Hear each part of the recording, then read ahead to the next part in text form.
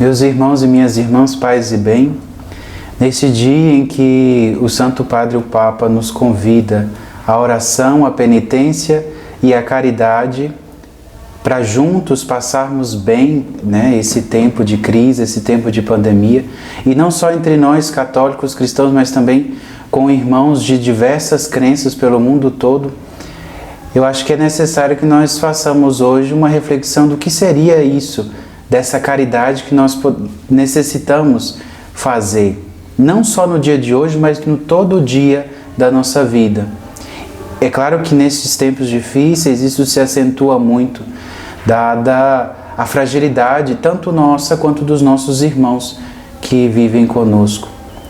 Então, para isso, para nos ajudar nessa reflexão, eu trouxe o capítulo 9 da regra não bulada, que nosso Pai São Francisco nos deixou, onde nesse capítulo ele fala do cuidado que os irmãos precisam ter entre si e da pobreza, e de onde eles tiram, onde tem a fonte para viver essa pobreza.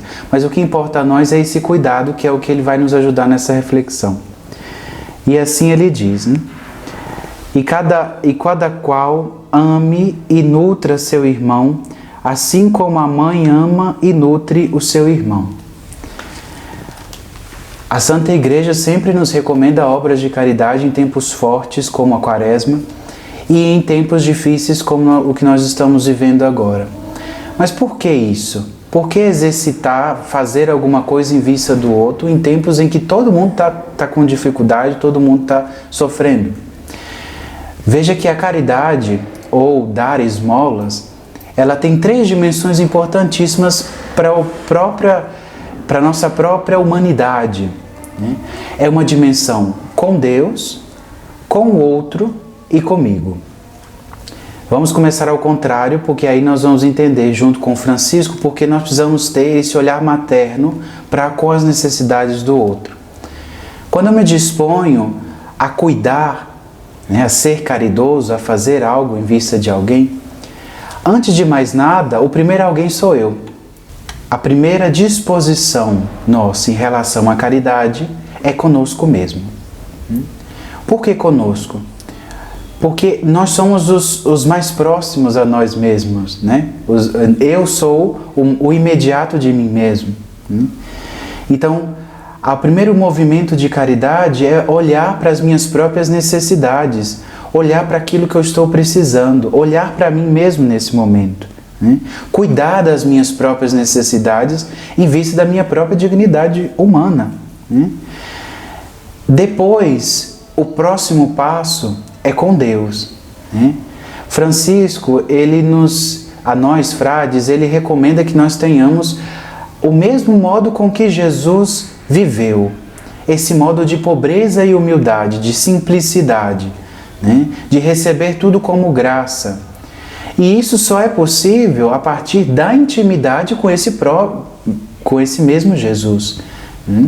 Esse mesmo Jesus que é Deus conosco, que se faz homem no meio de nós, não para nos humilhar no sentido negativo, nos menosprezar na nossa condição, mas assume nossa condição para aprender a ser um de nós e nos ensinar o mais belo que é a nossa vida, quanto homem, quanto mulher. Ele vem manifestar a cada um de nós na relação íntima, na experiência do tu a tu, o que nós temos quanto dignidade humana. Então dele nós temos o modelo, o protótipo, de humanidade, do qual nós aprendemos a sermos gente, a sermos nós mesmos. Ele nos ensina e nós só aprendemos isso a partir dessa intimidade. Essa intimidade pela oração, pelo diálogo da palavra, mas também na participação da vida da igreja. Infelizmente, em tempos de pandemia, a maioria de nós está impossibilitada de viver essa experiência com Cristo no apostolado, na vida dos sacramentos, nas pastorais. Mas isso não impede que dentro de nossas casas, dentro da nossa realidade, nós passemos a cultivar mais ainda outros tipos de experiência e até mesmo outros tipos de contato utilizando principalmente redes sociais, os aplicativos, celular, enfim. O tempo de pandemia, diante desse modelo que Cristo nos dá de humanidade, de segui-lo, né, de estar com Ele como discípulos, nos dá também esse tempo uma capacidade criativa muito grande de viver isso que o Cristo está nos dando. Veja que o grande convite que o Senhor nos faz do seu segmento é de ser como Ele, ser pobre, ser humilde, estar atenta às realidades do outro. E isso é possível nesse tempo, mesmo que às vezes pareça que nós estamos mais enjaulados do que tudo, né?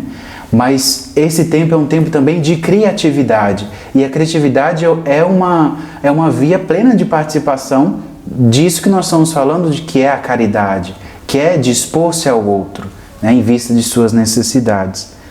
E tendo como eixo, como base, essa experiência com o Senhor, sendo eu mesmo como eu sou, né, dentro das minhas próprias necessidades, esse segmento de nosso Senhor Jesus Cristo, esse apostolado, esse conhecimento desse amor desse Deus que vem até nós, se faz um de nós, para junto de nós nos ensinar a ser gente, esse conhecimento nos faz sair de nós mesmos.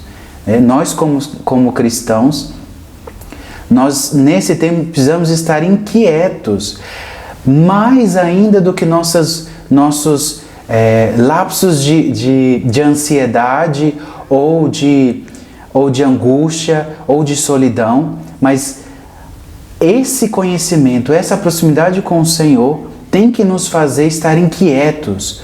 É disso que nós precisamos sentir falta nesse momento, desse amor que nós experimentamos o nosso Deus e que automaticamente é partilhado no meio dos outros. E aí vem a terceira dimensão da caridade, que é junto do outro. É ser como mãe. Assim nos fala São Francisco a nós frades, mas isso em cima do Evangelho, em cima da boa nova de Nosso Senhor.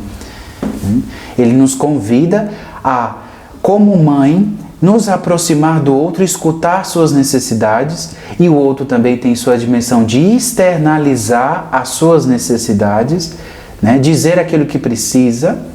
E aí nesse encontro, vejam que a tríade, que é a base da nossa fé, que é a relação com Deus, relação comigo e relação com o outro, ela aparece efetiva aqui na dimensão da caridade. Porque ali, no encontro das necessidades do outro, no meu empenho de ir até ele, movido pelo chamado, pelo encontro com o Senhor, nós fazemos um grande progresso, um grande movimento na nossa própria fé, né? Nós nos tornamos humanos, e aí vem o grande ponto da caridade. A caridade é uma ação humana que visa simplesmente humanizar. Por isso que o movimento de consigo e com Deus é essencial, porque nós podemos ajudar alguém que seja materialmente ou espiritualmente, para isso existem as obras de misericórdia, mas não podemos fazê-lo numa perspectiva muito egoísta e muito superior, de superioridade, melhor dizendo, e que não é nada evangélico. Quando você parte dessa dinâmica da experiência com o Senhor e da percepção do outro, você vai ao encontro do outro num movimento de humanização. Isso quer dizer o quê? Que como Jesus, que vem nos trazer um projeto de horizontalidade, do encontro com o outro, vejam que o próprio Cristo, quando nos chama discípulos, a ser discípulos, e diz que o discípulo não seja maior que o seu Senhor, que não seja maior que o seu mestre, né? E o servo não seja maior que o seu Senhor.